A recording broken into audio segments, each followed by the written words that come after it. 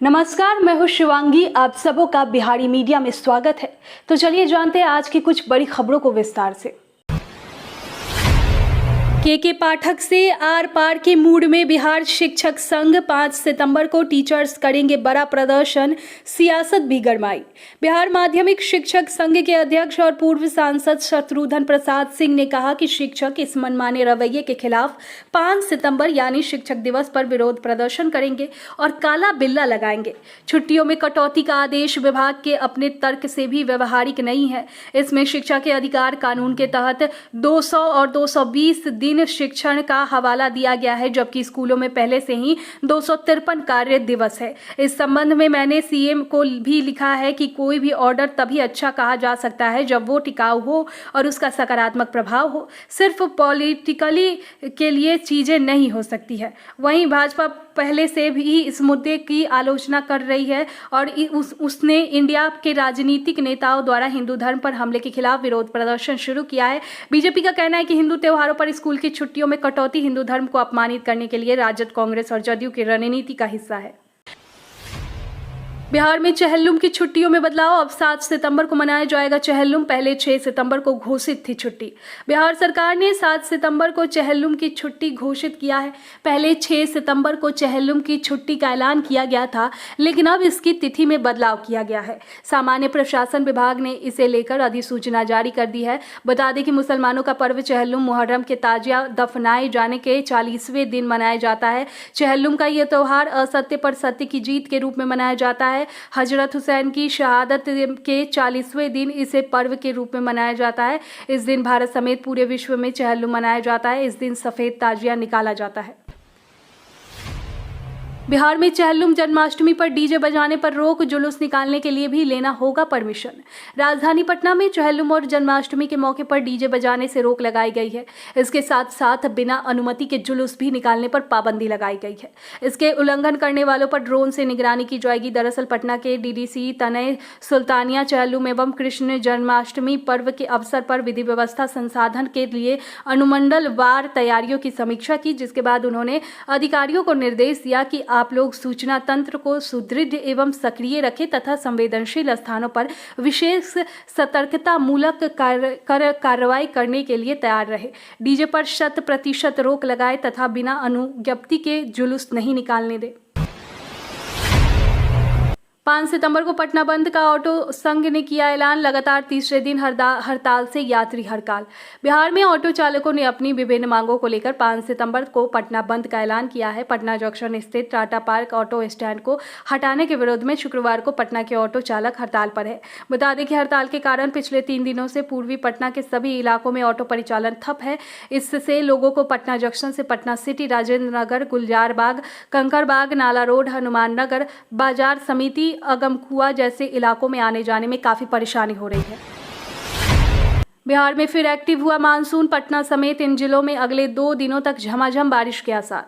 मौसम विभाग के अनुसार मानसून का भी हिमालय के तलहटी से होकर गुजर रही है। साथ ही बंगाल की खाड़ी की ओर से एक कम दबाव वाले क्षेत्र विकसित हो रहे हैं। इसके प्रभाव से राज्य में नमी का प्रभाव बढ़ा है। इसके बदले की उपस्थिति बढ़ी है। तापमान और नमी का प्रभाव बढ़ने से कुछ जगहों पर बारिश संभावित है।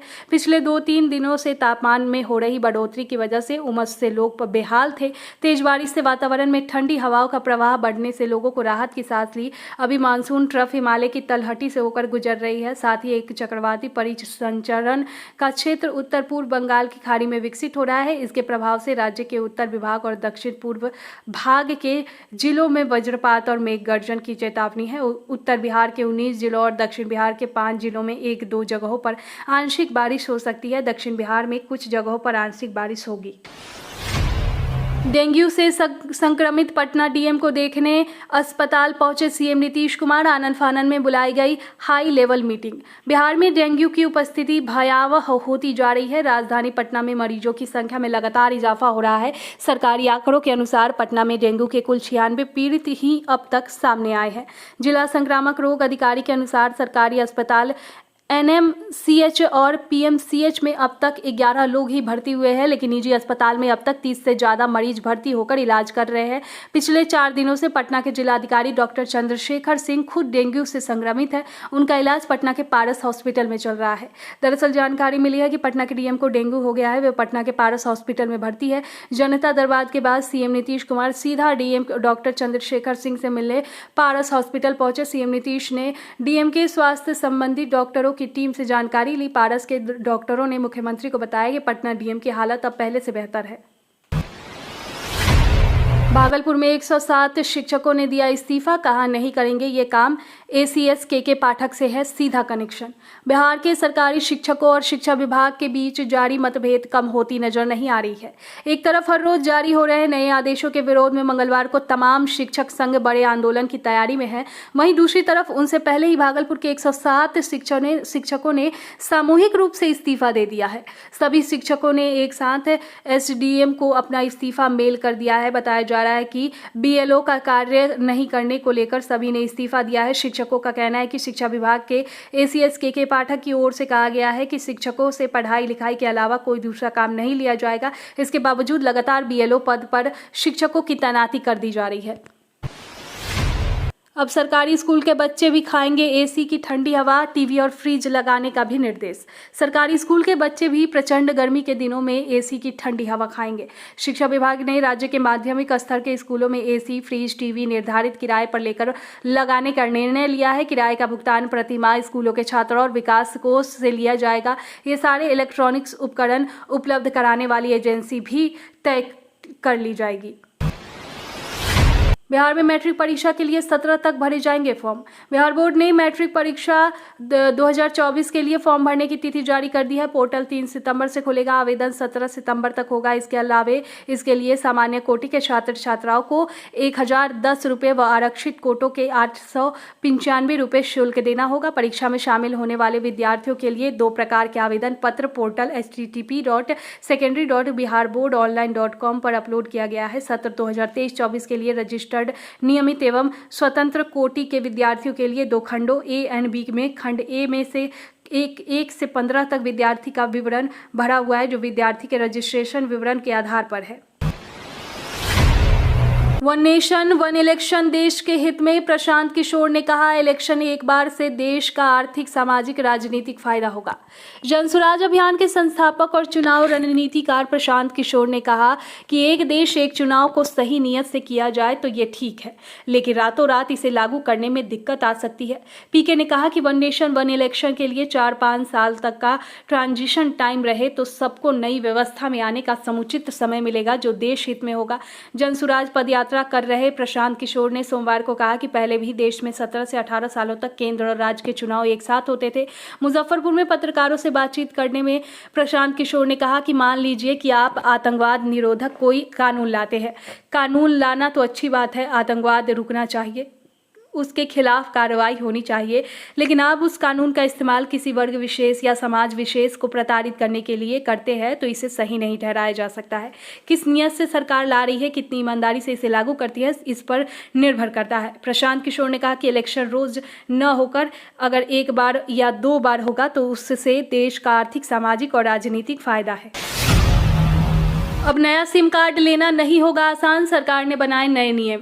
दूरसंचार विभाग ने सिम कार्ड की बेचने के लिए नए नियमों की घोषणा की है। ये नियम धोखाधड़ी वाले फोन कॉल के साथ साथ एसएमएस और कई दूरसंचार धोखाधड़ी की रिपोर्टें के बाद आए हैं। दरअसल एक ही व्यक्ति के नाम पर पहचान प्रमाण पत्र का उपयोग करके हजारों से अधिक सिम कार्ड जारी किए जाने की भी खबरें आई है। धोखाधड़ी के बढ़ते मामलों के कारण सरकार ने भी बड़े पैमाने पर कार्रवाई शुरू कर दी है। दूरसंचार मंत्री अश्विनी वैष्णव के अनुसार सरकार ने 46,000 धोखाधड़ी वाले व्हाट्सएप खातों को ब्लॉक कर दिया है।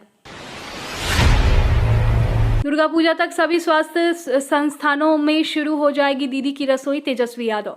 उप मुख्यमंत्री तेजस्वी यादव ने कहा कि सोमवार को राज्य के 6 और स्वास्थ्य संस्थानों में दीदी की रसोई सेवा शुरू हो गई है। 1 महीने के भीतर राज्य के सभी मेडिकल कॉलेजों में दीदी की रसोई काम करने लगेगी। दुर्गा पूजा तक राज्य के सभी मेडिकल कॉलेज, अनुमंडल अस्पताल व जिला अस्पतालों में दीदी की रसोई शुरू हो जाएगी। अपनी सरकारी आवास 5 सर्कुलर रोड से 6 स्वास्थ्य संस्थानों में दीदी की रसोई सेवा का शुभारंभ करते हुए उप मुख्यमंत्री ने कहा कि विभाग का मकसद न केवल बेहतर स्वास्थ्य सेवा मुहैया कराना है बल्कि रोजगार भी उपलब्ध कराना है। अब तक 69 स्वास्थ्य संस्थानों में दीदी की रसोई सेवा शुरू हो चुकी है। बिहार के लोगों के लिए खुशखबरी, अब आरा तक जाएगी Tata Danapur express, railway board ने जारी हुआ आदेश। बिहार और झारखंड के रेल यात्रियों के लिए खुशखबरी है। अब टाटा नगर से दानापुर के बीच चलने वाली ट्रेन सुपर एक्सप्रेस आरा तक सफर तय करेगी। इसके साथ ही दक्षिण बिहार एक्सप्रेस राजेंद्र नगर, हावड़ा, राजेंद्र नगर और पटना हटिया पाटलिपुत्र ट्रेन का भी आरा तक विस्तार किया जाएगा। आरा के सांसद और मोदी कैबिनेट में मंत्री RK सिंह के आग्रह पर पूर्वोत्तर सेंट्रल रेलवे में इसकी मंजूरी दे दी है। अब रेलवे बोर्ड से इसका आदेश जारी कर दिया गया है। ईस्ट सेंट्रल रेलवे की ओर से दानापुर के सीनियर DOM को पत्र मिल गया है। मिली जानकारी के अनुसार सीनियर DOM ने इस पत्र को लेकर बताया है कि इसकी शुरुआत करने की तिथि की घोषणा जल्द की जाएगी। दानापुर से आरा की दूरी करीब 39 किलोमीटर है। अभी तक तय है कि टाटा नगर से सुबह 8:15 पर खुलकर ये ट्रेन रात के 7:30 पर दानापुर पहुंचेगी। बिहार को कम मिली बिजली, घंटों कटौती।